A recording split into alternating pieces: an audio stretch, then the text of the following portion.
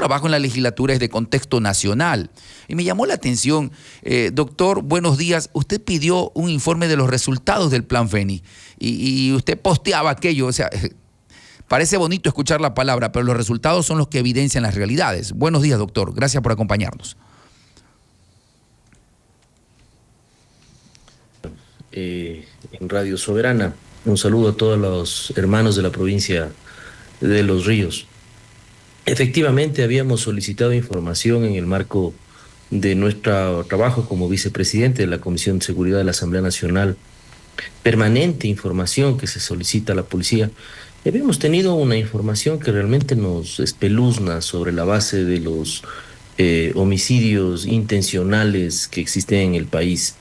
Realmente la forma tan ligera en la que maneja la Policía Nacional los resultados nos da muestra de una total improvisación e incapacidad. En esa información, los homicidios durante todos estos meses, hasta lo que va de junio, son 2.803 homicidios intencionales. Sin embargo, en el informe que nos emite la Policía Nacional, lo coloca que del 1 de enero al 20 de junio, y lo estoy leyendo textualmente, del presente año, con un total de 25.803 homicidios intencionales.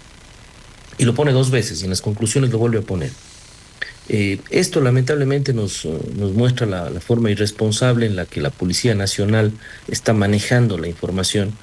Pero más allá de esa cifra, de lo equivocado de la cifra, que no son 25.000, son 2.803 hasta el 20 de junio. Hoy, a un mes después, ya sobrepasamos los 3.000 homicidios inintencionales. Apenas el 8% de estos homicidios intencionales están resueltos por la Policía Nacional. El 90% están en investigación y el 1.32% con boleta. Adicionalmente a eso, los detenidos o aprehendidos en este periodo del 1 de enero al 20 de junio, estamos hablando de 10.467 personas, de las cuales el 24% tienen prisión preventiva. Y aquí hay un dato que espeluzna. Dice, en la información dice sin dato, el 48.82%. ¿Qué quiere decir eso? Que no tienen ninguna información, que no saben si es que hay un parte policial, si hay una información de la Fiscalía, si hay un parte de las Fuerzas Armadas, gente que fue puesta en libertad, 5.110 personas. Es decir, es un manejo irresponsable de las cifras, en primer lugar. Y segundo, vemos cómo va incrementándose el tema de las muertes violentas, el tema de las aprehensiones y detenidos sin resultados, doctor, y sobre todo falta de resolución en los casos de homicidios intencionales.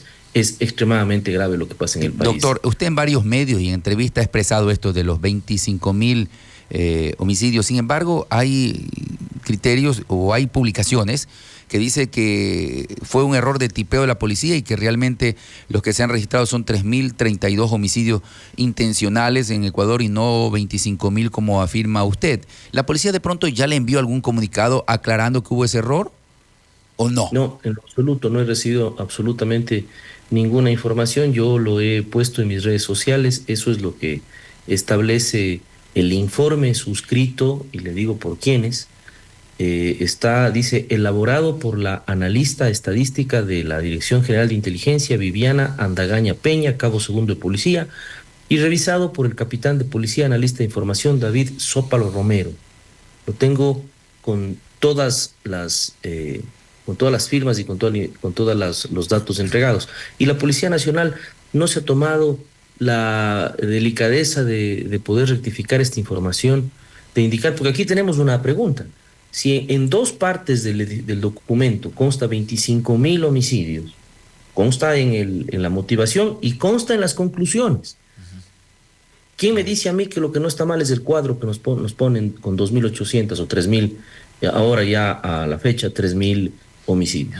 Claro, es decir, es un manejo irresponsable total de las cifras. Mire usted, en el mismo documento nos ponen, y lo voy a leer textualmente, dice, sobre la base de los temas de las detenciones. Durante el estado de excepción dispuesto mediante decreto ejecutivo 250 de 30 de abril de 2004, persistencia del conflicto armado, se ha logrado la productividad de detenidos por parte de los 3 subsistemas, preventivo, investigativo e inteligencia, que comprende la Policía Nacional del Ecuador, en el periodo de tiempo del 1 de mayo al 20 de junio, con un total de 10.467 aprendidos. O sea, del 1 de mayo al 20 de junio, 10.467 aprendidos.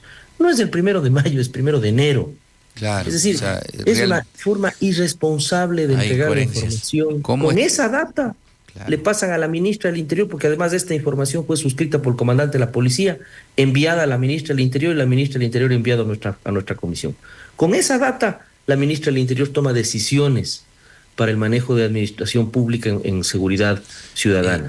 Es por demás irresponsable. Asambleísta, buenos días. Nacional, el manejo de la data. La DINASET detalla que del 1 del 1 al 20 de junio el país se registraron 2.803 casos. Bueno, es confuso. Creo que hay una irresponsable emisión de la información. Oiga, y después dice la ministra que ha habido reducción del 90% de casos en el Ecuador y que ha mejorado el tema de seguridad. Asambleísta, buenos días. Lenin Escobar le saluda. Dentro del tema de declaratoria grave de conmoción interna que anunció el gobierno nacional para hacer frente a la delincuencia, manifestó en su momento, ¿ha dado resultados todos este tipo de eventos que está realizando? Trasladar las sedes de la Comandancia General de Policía, del Ejército, de ciudad en ciudad, ¿ha traído buenos resultados? Mire, hay que ser muy claros y objetivos al momento de hacer análisis en materia de seguridad. Yo tuve el alto honor de ser viceministro de seguridad y 2 veces gobernador de mi provincia. Tengo un diplomado en materia de seguridad, algo conozco de esto. El tema pasa porque uno de los ejes fundamentales en materia de seguridad es el eje de respuesta, es decir, la acción de la policía en campo, la acción de Fuerzas Armadas en campo. Y no podemos estar jugando al gato y al ratón. No podemos utilizar a las gloriosas Fuerzas Armadas y a la Policía Nacional para ir a apagar incendios. Tenemos muertes en exceso en Manabí y todo el bloque de seguridad al que le han puesto el nombre corre para Manabí a tratar de controlar el tema territorialmente. En las noticias salen que existen más muertes en Durán, dejamos Manabí y corremos a Durán, ¿no? Estamos jugando al gato y al ratón. Mientras tanto descuidamos Manabí y regresan otra vez los homicidios intencionales o las muertes violentas. En Durán llegamos con toda la parafernaria espectacular al estilo Mad Max. Entramos a Durán y tomamos control del territorio. Pasan 24 horas y siguen las muertes violentas. ¿Y aquí a dónde van a ir? A los ríos, al eje vial de Quevedo, que es el eje de la muerte, en donde nuestros transportistas tienen que encomendarse a todos los santos para que no les asalten y salir en convoys ahora. Allá vamos a ir ahora. Y después, ¿a dónde vamos a ir? A la Ponce Enríquez, en la provincia de La Suaya, en donde decapitan a gente y matan a mansalva. Es decir, no hay, en el fondo, Lenín, no hay una planificación en materia de seguridad, no hay un plan. El plan Fénix es solamente un tema de marketing político que le dieron los estrategas al presidente en la campaña electoral el año pasado, y de ahí se quedó el nombre, pero no hay un plan, no hay cronograma, no hay responsables, no hay presupuesto, no hay trabajos e hitos en el eje preventivo, de previsión, de prevención, de respuesta, no hay. Es irresponsable el manejo de seguridad sobre la base de una persona que está al frente del Ministerio del Interior, que puede tener todas las credenciales académicas desde el punto de vista de criminología y demás, pero la seguridad ciudadana asambleísta, no se maneja. ¿Y los 3 puntos porcentuales del incremento del IVA no iban a ser destinados para la materia de seguridad, para comprar indumentaria y todos los elementos suficientes para dotar a la Policía Nacional y hacer frente a la delincuencia? Aquí hay otro tema que es importante también revisar y que incluso hoy también es una causal más del juicio político a la ministra del Interior. Es el tema del incremento del IVA, 3 puntos más, como usted bien lo dice. Supuestamente iban a recolectar 1.200 millones de dólares en el incremento de 3 puntos del IVA. Sin embargo, cuando revisamos el presupuesto general del Estado planteado para este año, el incremento de presupuesto para el Ministerio del Interior y la Policía Nacional es apenas 200 millones de dólares. Es decir, no están tomando en cuenta esos recursos que son destinados para la seguridad ciudadana. La pregunta del millón es: ¿a dónde van esos recursos? ¿Qué están haciendo con esos recursos? Los otros 1.000 millones. La motivación para el tema de la aprobación de la ley fue precisamente el tema de la seguridad. Paola Cabezas presentó Paola Cabezas presentó el pedido de juicio político a la ministra Mónica Palencia. Usted también lo había presentado. ¿Se suman esos pedidos para hacer un solo proceso o se tratarán por separado en la Asamblea Nacional? No, de acuerdo a la ley se van a incorporar en un solo proceso. Vamos a ser cointerpelantes con la colega Paola Cabezas. Yo he presentado varias causales. La primera, el tema de la irrupción violenta a la Embajada Mexicana. Segundo, el tema de la nula acción en materia de seguridad ciudadana con las cifras de muertes violentas que estamos viendo. Tercero, el tema de la no recaptura de delincuentes peligrosos como el caso de Fito, por ejemplo, y el manejo que se está dando en el manejo carcelario. A esto se suma también el tema de la falta de ejecución presupuestaria y el manejo de administración pública en materia de seguridad por parte del Ministerio del Interior, al haber ejecutado hasta la fecha no más del 30% de su presupuesto. Imagínense usted, ya estamos más de medio año y no hemos ejecutado ni el 30% del presupuesto que tiene el Ministerio del Interior y la Policía Nacional. Asambleísta, a decir entonces, en materia de seguridad hay los recursos suficientes y estaría fuera de contexto el pedido que hacía la ministra Palencia de apoyar, de todos sumarnos con la colaboración, o las empresas sumarse a la contribución a la Policía Nacional para el tema de mejorar las condiciones económicas para garantizar seguridad. Bueno, se supone que lo del IVA es lo que financiaba precisamente el hecho de poder equipar adecuadamente a la policía con patrulleros nuevos, chalecos antibalas, municiones, pistolas, etcétera. Pero hoy vemos a la ministra del Interior pidiendo donaciones para que sean deducibles de impuestos de parte de los privados a la Policía Nacional. Es irresponsable el manejo, doctor, porque no existe una planificación adecuada. Bueno, hablando de seguridad, ya no de la seguridad de inseguridad, sino de la seguridad social, del IES. Su provincia fue la que destapó la investigación de corrupción en el IES y la unidad de los asambleístas de Azuay, que fue la que permitió conocer un poco más. Y yo no me olvido de las respuestas que daban cuando ustedes consultaban a la señora dirigente decía, pídamelo por escrito, repetía aquello. Bueno, ¿cómo va aquello? O sea, ¿realmente destaparon la olla de grillos del sindicato del IES en el Ecuador ustedes? Efectivamente, la situación que sucede en el Instituto Ecuatoriano de Seguridad Social fue un tema que nos llamó profundamente la atención en el manejo del hospital. Y lo que hemos hecho luego de haber encontrado una suerte de más de una docena de familiares de la secretaria del sindicato trabajando en el IES en Cuenca y ver que cosas similares pasan con otros temas en Manabí, en Esmeralda, en Pichincha, en Loja, realmente nosotros hemos presentado ante la Fiscalía General del Estado una noticia criminis.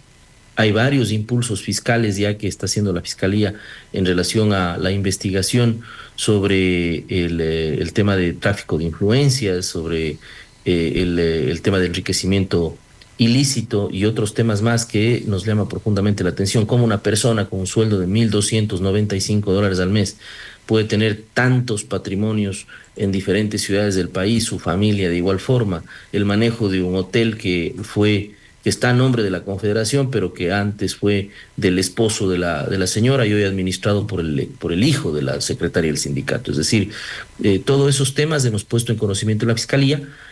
A la Contraloría General del Estado hemos pedido también que se realice exámenes patrimoniales especiales a ella y a sus familiares para poder tener una respuesta adecuada. La UAFE también tiene que actuar. Nos preocupa, y les soy sincero, la lentitud con la que la Fiscalía General del Estado está actuando. Esta semana los asambleístas azuayos visitaremos la Fiscalía para poder revisar cómo avanza el proceso y pedir que se agiliten los trámites, pues hemos pedido incluso medidas cautelares en esa noticia criminis en cuanto se refiere a la prohibición de salida del país, porque conocemos que están pidiendo permisos por vacaciones y eso evidentemente genera una suerte de incomodidad y de posible fuga de aquellas personas que están siendo investigadas. Asambleísta, en cuanto a materia de seguridad social, hay una grave crisis económica, el seguro social que vive, ¿no? Usted dentro de sus planteamientos cuando buscaba llegar a la Asamblea Nacional, estaba a realizar una reforma y sobre todo impulsaba el cobro de la alta mora patronal que existe en el país. ¿Cómo avanza aquello? ¿Ha emitido sugerencias al Ministerio de Trabajo, a las diferentes instituciones ligadas para hacer efectivos estos cobros y con ello alivianar la carga, deuda que tiene también con externos y demás el Instituto Ecuatoriano de Seguridad Social? La problemática del IES pasa precisamente por una alta mora patronal que no termina de ser cobrada por el Estado ecuatoriano y por el IES. Por más facilidades que se dan y demás, no se logra atacar a un tema de una cartera vencida que en algunos casos es hasta incobrable. Pero lamentablemente el tema pasa por la falta de administración y falta de gestión en una política pública de seguridad social. Uno de los temas que cuando estuve al frente del Ministerio de Trabajo le había planteado yo al entonces presidente Correa fue precisamente de que el Ministerio de Trabajo se transforme en Ministerio de Trabajo y Seguridad Social, para que desde el Ejecutivo exista una planificación adecuada en materia de seguridad social. No para tomarse el IES, no. El IES debe seguir teniendo su figura tripartita, es decir, empleadores, trabajadores y Estado, conforme lo dijo la Corte Constitucional y que fue aprobado por la Asamblea Nacional en la conformación de su Consejo Directivo, sino más bien que desde el Ejecutivo existe un ente que emita política pública en materia de seguridad social, porque no solamente es el IES, es también el ISFA, es también el ISPOL, y para eso se necesitaba generar una política única de seguridad social que unifique criterios, que haga que el ISFA, el ISPOL y el IES puedan concatenarse y puedan darse trabajo y de apoyo operativo complementario. Pero para eso se necesitan tres cosas. Primero, hacer una auditoría enorme en materia de talento humano en el Instituto Ecuatoriano de Seguridad Social, hacer auditoría de personal. Hay muchas cosas que están pasando como las que vemos en el caso de Azuay. Segundo, un tema del cobro de las deudas que tiene el Estado, el Instituto Ecuatoriano de Seguridad Social con los privados, la mora patronal. Y tercero, generar una suerte de refinanciamiento del Instituto Ecuatoriano de Seguridad Social a través de financiamiento del propio Estado, el pago de la deuda en parte que tiene el Estado, y segundo, el tema de la optimización de los servicios de salud para que se haga más atractivo. Hoy la gente ya no quiere afiliarse a la Seguridad Social a pesar de que incluso existen sanciones penales, por cuanto ven que no tienen un resultado adecuado o no tienen una atención adecuada en materia de salud y mucho menos también en el futuro en cuanto al tema de las atenciones de pensiones jubilares. Hay que modernizar el IES, hay que darle la vuelta al tema y hacerlo competitivo frente a lo que hoy está pasando con incluso empresas privadas que se dedican a aquello, ¿no? Sí. Doctor, le consulto, bueno, según documentos públicos, ¿no?, de Observatorio de la Asamblea Nacional, su vida pública empieza como gobernador de Azuay en la época del correísmo, fue jefe político, viceministro de Seguridad, asambleísta alterno, después fue secretario del presidente Rafael Correa, asesor del presidente, gobernador de Azuay, concejal de Cuenca, ministro de Trabajo, entre otros cargos. Pero me queda una inquietud. Asoma en la bancada de la Revolución Ciudadana, pero he escuchado de que usted también está muy cerca a Reto, a Raúl Chávez y a Aquiles Álvarez, alcalde de Guayaquil. ¿Está yendo a esa línea o se mantiene en Revolución Ciudadana? Disculpe la pregunta, pero simplemente por aclaración pública. No, gracias por la aclaración, Jorge. Mire, nosotros tenemos desde hace 4 años, un poco más incluso, un colectivo ciudadano que se llama Surgente. Este colectivo ciudadano que participó en las elecciones, fue parte de UNES en el año 2021, cuando fue candidato a la presidencia Andrés Arauz. En ese momento, luego de que no se ganaron las elecciones, el colectivo decidió transformarse en organización política y desde entonces venimos realizando los trámites correspondientes en el Consejo Nacional Electoral para legalizarnos como una organización política nacional. Nosotros hemos sido claros en mantener una relación de coordinación y sobre todo una alianza política muy cercana con el Movimiento Revolución Ciudadana. Lo hicimos en la ciudad de Cuenca a raíz de la candidatura a la prefectura del entonces candidato y hoy prefecto de la Azuay, Juan Cristóbal Lloret, y también en el caso de la candidatura a la asamblea de quien le habla. Nosotros en este sentido hemos conversado con la Revolución Ciudadana, estamos en conversaciones también para seguir con esa alianza ahora en estas elecciones y también hemos conversado con el Movimiento Reto, hemos conversado con el señor alcalde de Guayaquil porque lo que creemos es en la conformación de un gran frente nacional que pueda hacer frente a las elecciones presidenciales. En el caso de Azuay, necesitamos también hacer una alianza potente que nos permita ¿Y qué tener pasó? una representación importante en la Asamblea. ¿Qué Así pasó que, con Surgente? como colectivo, nosotros nos hemos estado siempre cercanos a hacer una alianza. Nosotros como Surgente tenemos un año más todavía para poder presentar las Ya. firmas necesarias del CNE para poder legalizarnos como movimiento nacional. Mientras tanto, haremos estas alianzas con las organizaciones políticas que le mencionaba. Doctor Berresueta, dentro de estas alianzas, de estos conversatorios, de estos diálogos con el Movimiento Revolución Ciudadana, ¿ustedes plantearán el nombre de alguna persona para ser candidato a la presidencia de la República? ¿Apoyan a alguno de los 4 o 5 nombres que se están barajando? Hemos escuchado varios nombres, somos muy respetuosos de las decisiones internas que toma el Movimiento Revolución Ciudadana. Hoy estamos también conversando con Reto, hemos dicho exactamente lo mismo, somos muy respetuosos, podemos sugerir nombres, pero no podemos incidir en aquello. Lo que sí hemos puesto por sobre la mesa es, más allá de candidaturas o nombres, la decisión de Surgente, de nuestro colectivo, de ir encaminados a apoyar a una alianza y una unificación del progresismo que le haga cara a las elecciones del 2025 para derrotar a la derecha en las urnas. O sea, el punto más cercano de ustedes es Revolución Ciudadana hasta ser partido político. No, tenemos una muy buena relación, tenemos una fraterna y total relación con el expresidente Correa, con Revolución Ciudadana, y hoy también en las conversaciones que hemos tenido con el alcalde de Guayaquil, con Aquiles Álvarez, tenemos también una muy cercana relación, así que estamos conversando con las dos organizaciones políticas, y en el caso de Reto, pues hemos tenido últimamente más conversaciones para poder seguir avanzando en aquello. Bueno, el tiempo es el limitante, vamos a hacer el diálogo, pero quiero consultarle, con toda su experiencia política, porque no es pues improvisar en la política, no solo porque tenga nombre o porque tenga imagen, no, hay que hacer un proceso para llegar, y usted tiene mucha experiencia en la política. ¿Cómo analiza usted, doctor Berresueta, el tema de que en los juicios políticos, para unos, los que me conviene, voto para su censura, y para otros para salvarlo? Y me refiero a lo último, por ejemplo, de los 3 miembros del Consejo de la Judicatura, Wilman Terán, Barreno y el otro era Muñoz, ¿no? Muñoz. ¿Sí? Para uno ustedes votaron que se vaya y para otros lo salvaron. ¿Por qué esa actitud que el pueblo lo ve bastante raro también y que merece una explicación?